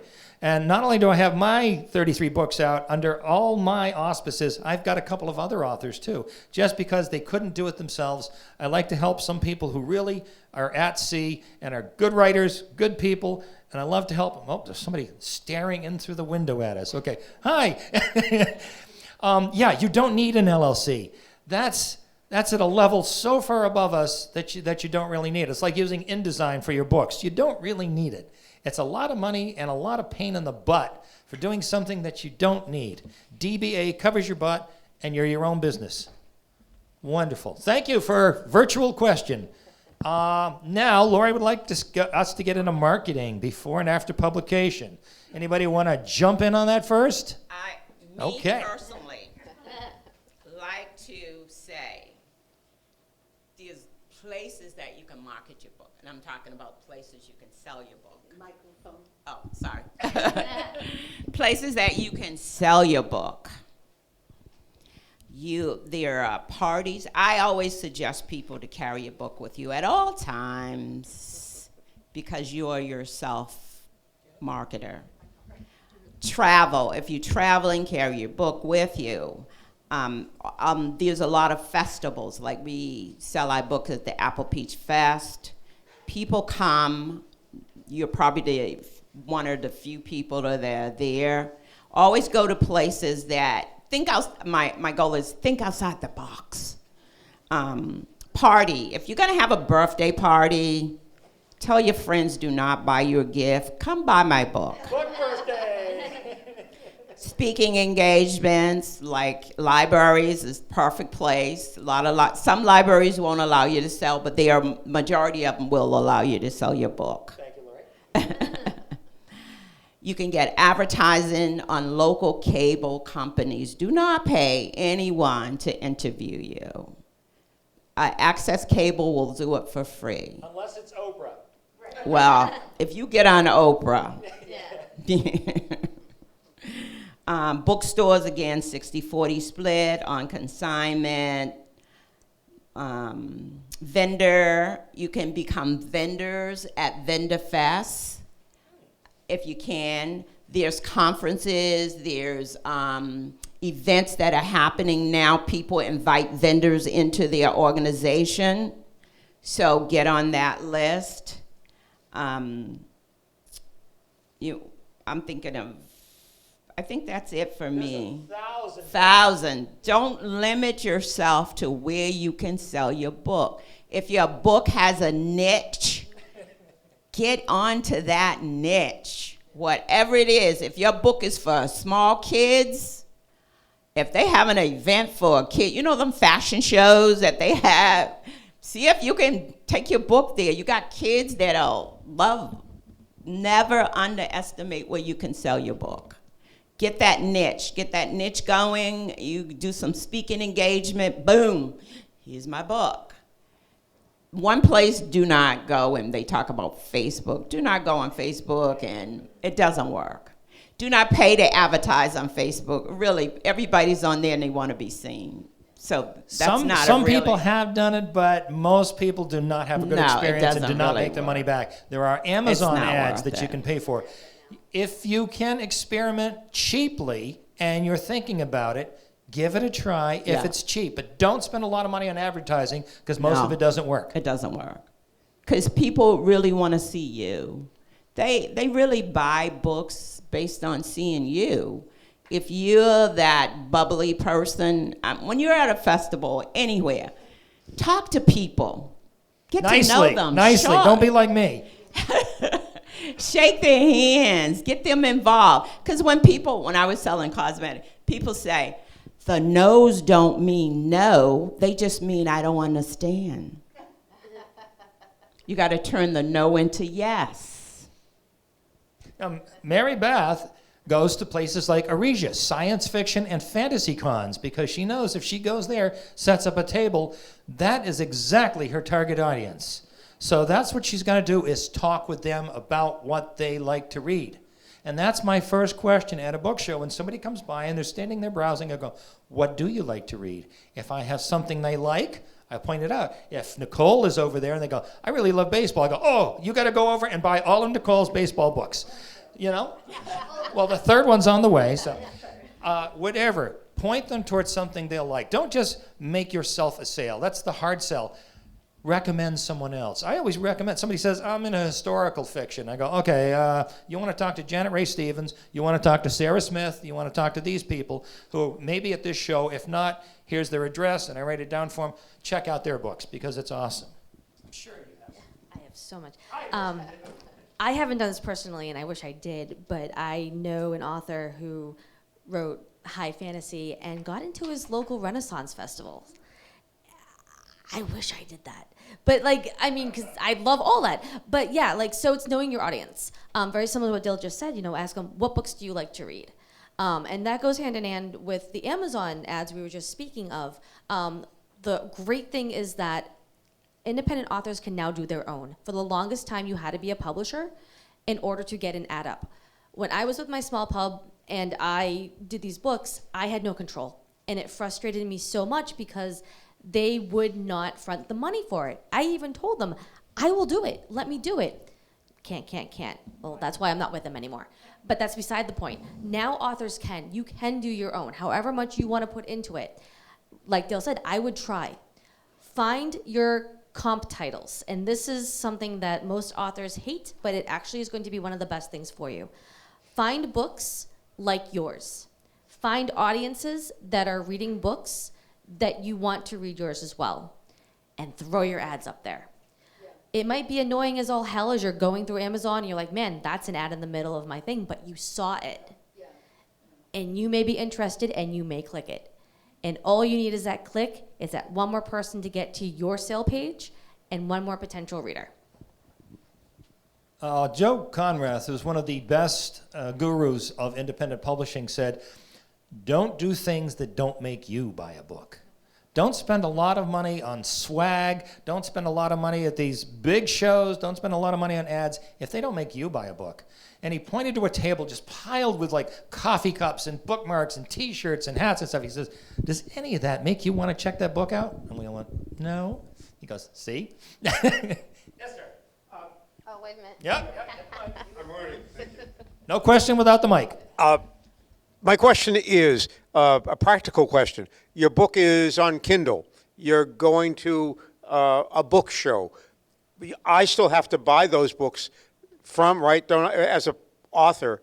How many books should I actually bring, or should I direct people to go online and buy them? That is a great question. He's asking, what do you do when you go to a book show? How do you get people to buy that book? Do you send them to Amazon? Actually, the best place to send them first is your local bookstore, if you've got your books in there. And that's why you prepare that and do that. My business cards now have a QR code on the back, which somebody can just scan into their phone and go straight to my Amazon page for all the books. Bingo. They've got 33 books on there, and they got the whole list. Perfect way to look. Yes, you do need to bring print copies. How many do you bring? 0 to infinity. Generally, you might sell about 4 copies of a title at a book show, unless it's a really specific, targeted book show. And I got 33 books, so I got to haul a wagon load of stuff around because I never know what people are going to like. The fantasy, the horror, the science fiction, the mystery fiction, the crime. How many books, you think about where you're going, you think about the audience that's going to be there, and what's going on. Because when we go to the Apple Peach Fest, first time we went there a couple of times, but people come now to buy because that's a big event for them. And they come with money and they want to buy. So we can sell 17, 20 books. So it depends on where you are, what type of event it is, and what your book is. Because, Bill, when we went to the book fair, now there's a lot of books there. The Boston Book Festival. Yes. So, Bill, what do you think about that number? Wait a minute. I think the Boston Book Fair is one of the ideal places to go. I mean, we did it for the National Writers Union. and About 10 books? I sold about 10 to 15, and that was only, So it depends on the Willie, I'm sorry, can you Yeah. repeat it into the mic, the Boston Book Festival? Boston Book Festival. National Writers had a table, and they allowed all their the authors who had books and wanted to come and sell. It was free to the members of the National Writers Union who want to come in. They gave them a time slot. Authors Without Borders, what we do is we have festivals that we have go to normally, and it's 2 a year, Apple Peach Fest and Durfee. And Durfee is a Christmas time. It's the presentation. If you had a book, it's Christmas time. How do you put that package together? You may have a book, a t-shirt or something. Maybe make it, enticing to the person. It's Christmas time. You got to get them in the mood. So you got to think of all of that. What would make you buy a book? Think of that. What turns you off from buying a book?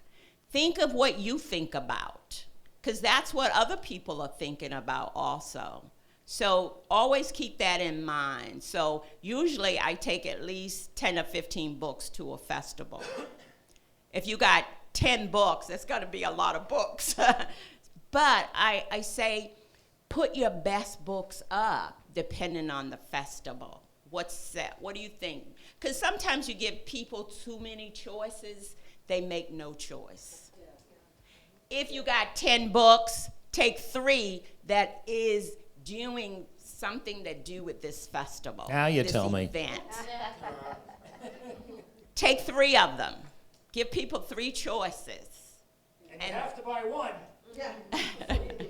But think about that when you're doing your event, how to make it very attractive. Speaking of which, folks, there's a 2-book minimum here before you get to leave the room. I'm just saying. But the coffee is free. Yeah, 4-book series, but the coffee is free. Yes, now Lori would like us to get into the Creating an Author platform. First, though, there was a question from the virtual audience, and if you could repeat into the mic, it was for you because you mentioned QR code. So the question was, yes. how do you get your QR code? I found out about this at a writer conference in... Dale, can you repeat the question? Yes. As somebody said, QR codes are coming back into fashion. Ever since COVID, people are starting to use them again. Before COVID, people just kind of like, yeah, I know they're there, but nobody uses them. And since they started using them, they said, there is you can go online, you can get a QR code printed for free with wherever you'd like to send it. So I went on that, and I put it on some Avery stickers, and I slapped it on the back of my business cards, and now everything has a QR code where people can go one-stop buying for all your stuff. It is the best. Look she's got it. Nicole's got it. It's just the greatest thing for getting people to Insta-buy. They can find out where you are, they can see you're legitimate, they can see what you have to offer, and they go, great, I'll buy it. Thank you for the question. Yes, Nicole. Oh, yes, thank you, Nicole. Oh. I'm slacking. Also, I know She's Mary. used to yelling Yankees suck at ball games. So. Boo! We hate the Yankees. Mary Beth had mentioned Canva earlier, and I just want to say Canva also has a button now that you can, and I use them for my bookmarks and for maps and everything, and you can have it put right on your promo. Little online materials. research So, will tell you all you need to know. Yep. So, and it's free.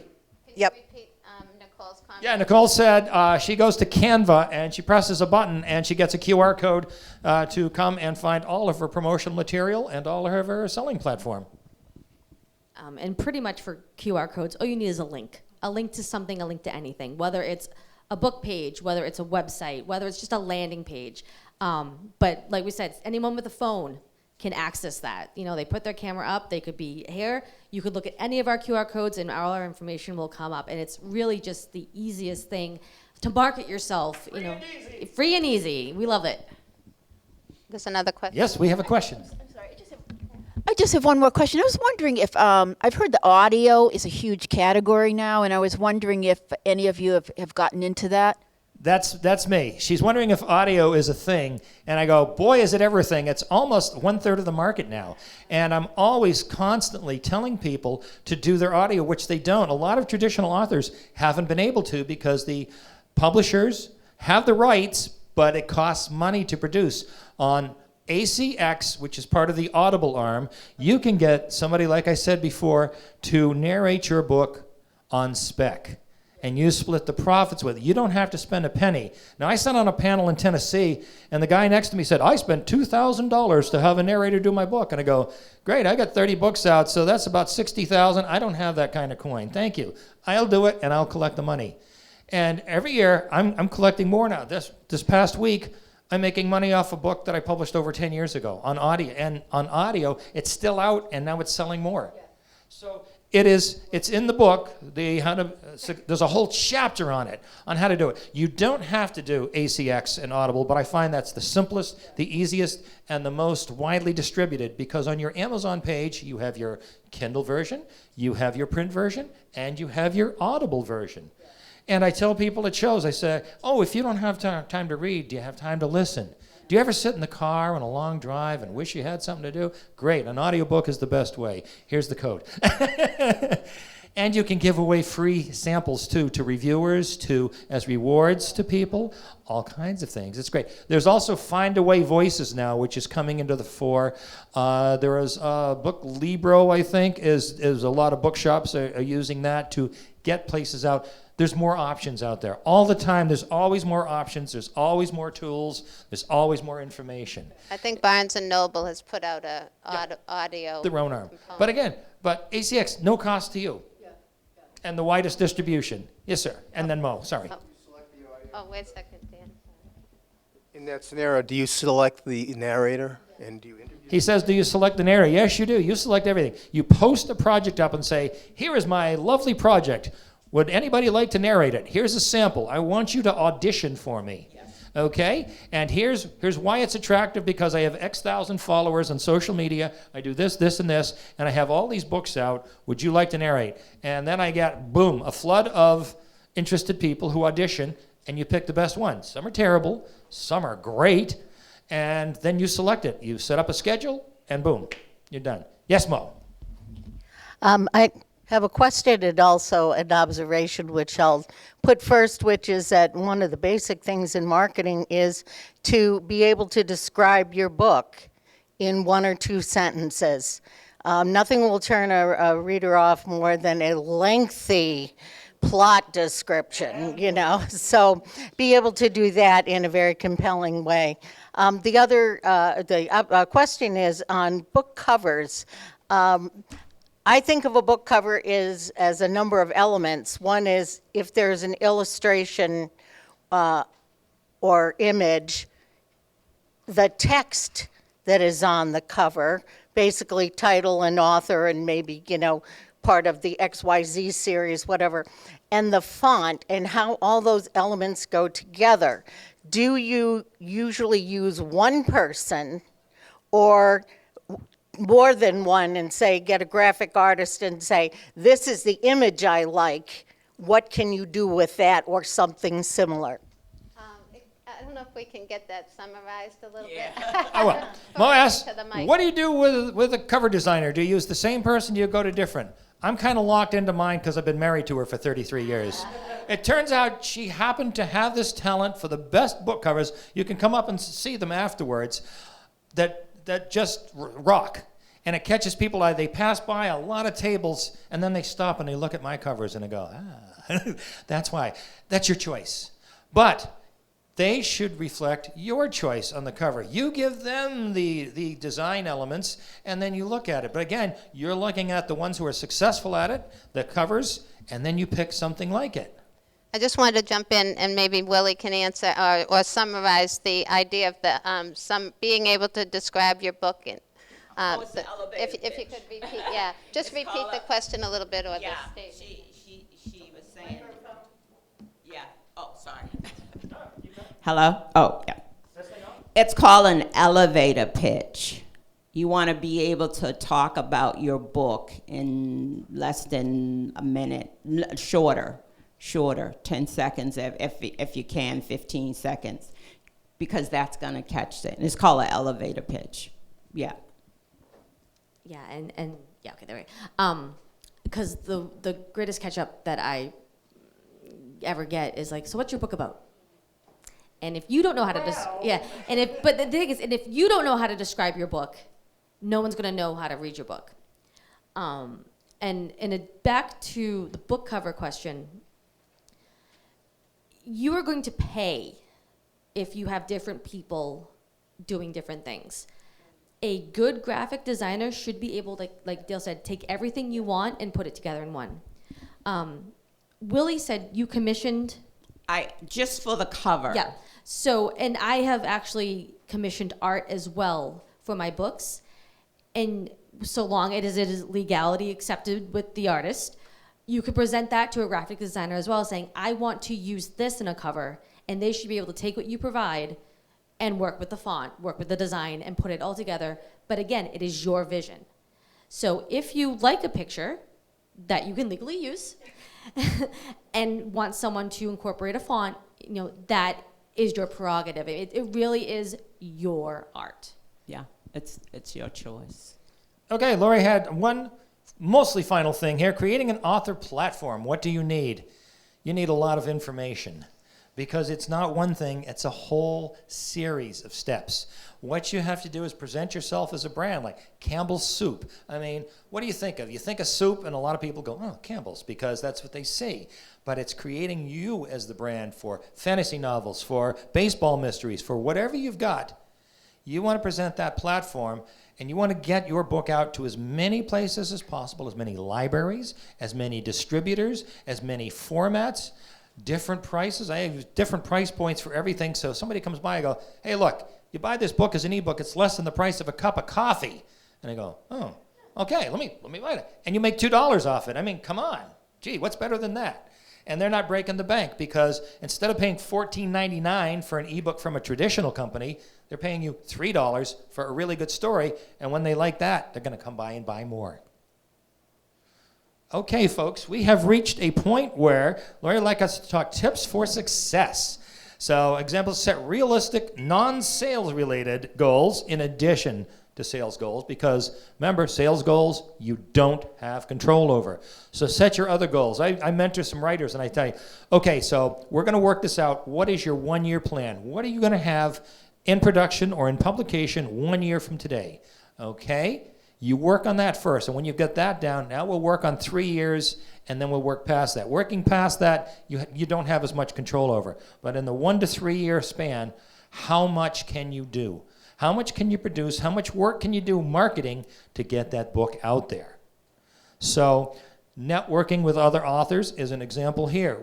Nicole and I and Mo have had so much success going to the Mystery Writers America, the Sisters in Crime, because all we do is go to people who think like us, and we talk books with them for like weekends at a time. Absolutely.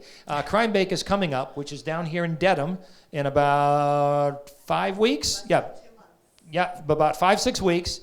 And let me tell you, that was the jump of careers for a lot of us. We went there and we find out, because you're talking to professional writers. Now, if Nicole goes to the baseball park and tries to chat up Derek Jeter and get some tips on batting, he may not be as approachable. You go to this conference and you're approaching people in the bar, in the restaurant, while you're standing in line for food, or after one of the panels. You're talking with the top pros in the business, getting the pro tips. What works? What doesn't? What do I need to be doing? Where should I be going for more information? Who else should I talk to? Hi, here's an editor over here. Go talk to them. Oh, here's the literary agent over here. I got to play poker with a literary agent, take all his money, and then pitch him. It was great, because usually it works the other way around. Can we have Mary Beth maybe give us some tips for success?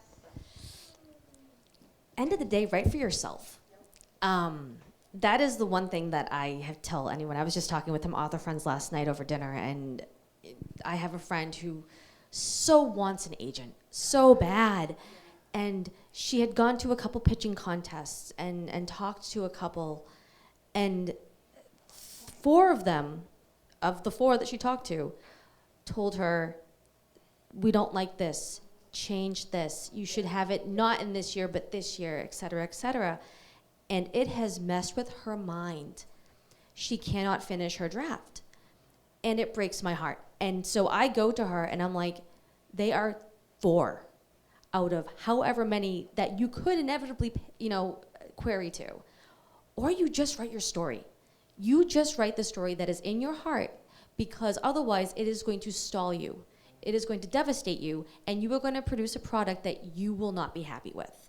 And that, at the end of the day, is why I do what I do. I write for myself. I know that I am a niche writer. I know I do not write to sell. I write for myself, and if I can find a reader that wants to read what I write, that is a success for me. And so I want, and so that's what I tell. Like, you will find people who sell. I need to sell X copies. I need to make X money. Good for them, In this industry, it's hard. There are a lot of us. We all have different visions. We all have different stories. We are not competition. We are a community. And the only way we're going to grow as a community is realizing that everyone has their own story to tell, but it's not going to be told if you don't write it. And Willie, maybe? My take, I agree wholeheartedly with what Mary Beth said. Write your story the way you want to tell it. Don't worry about who don't like it, because someone will be edified by your story. If it's something you enjoy, there's somebody out there will enjoy it. It's the joy when I write my story, I do a poem. People walk up to me and they say, you know what? You just made my day. Isn't that a blessing? That is a blessing. That means if you never wrote the story, that person would never be blessed. So your goal is to tell your story the way you want to tell it. Don't worry about who don't or don't like it. It's about you and your journey. And somewhere along the line, somebody will be blessed. So do you. And if you're not selling 20,000 copies, the publishers will drop you. I was at a conference and a woman just won another major award. She's got tons of fans. She was ruling the conference, and I found out a couple days later, publisher dropped her. Popular author in Maine. He's at every single library in the state. He's at 3 events a week. He works harder than anybody else I know. They dropped him. He's selling thousands of copies, and it's still not enough for them. Don't focus on the money, because if you're chasing sales, that's all you'll ever chase, and you will never be happy, because you'll never have enough. If you're number 2 on the bestseller list, you want to be number 1. If you're there for 4 weeks, you want to be there for 6. Focus on what they said, doing your story, getting out to the world. Oh. He's learned how to do this. This is great. Just one quick question, because then we're going to have a wrap up. Then Okay. A question about bestsellers list. Is it a scam? Totally. Can you repeat the question? The bestseller lists are a scam, because what they do is they work on quick volume. You have a couple of weeks to get out, and that book has to jump out of the gate like a thoroughbred on speed. Okay? And it only is a number of bookstores within, say, Manhattan and a couple other places, and you don't know which ones. And some people have tried to game the system by spending a lot of money and buying their own copies and getting on that list. And it means absolutely nothing. Absolutely nothing. And it's gone, and it's ephemeral, and there's so many lists everywhere. Awards lists, none of it means anything. What they were saying, what we're all saying, Write the book of your heart. Get it on, and that's the great thing about independent publishing. If it doesn't make a couple $1,000s, it's okay. I told one author, he said, I only sold 200 copies. I said, you know that's average. I know. You're doing great. And he goes, really? Okay. Okay, folks, Lori would like, as she has set us up at this time, we're going to break apart, all of us. And you can come up, you can talk to us, you can buy our books, please do. Two book minimum, remember? And Lori, final comments? Yes. I just want to wrap up and thank everyone for coming. We are going to have time for you to speak. Oh, yes, please give our authors a round of applause, our panelists.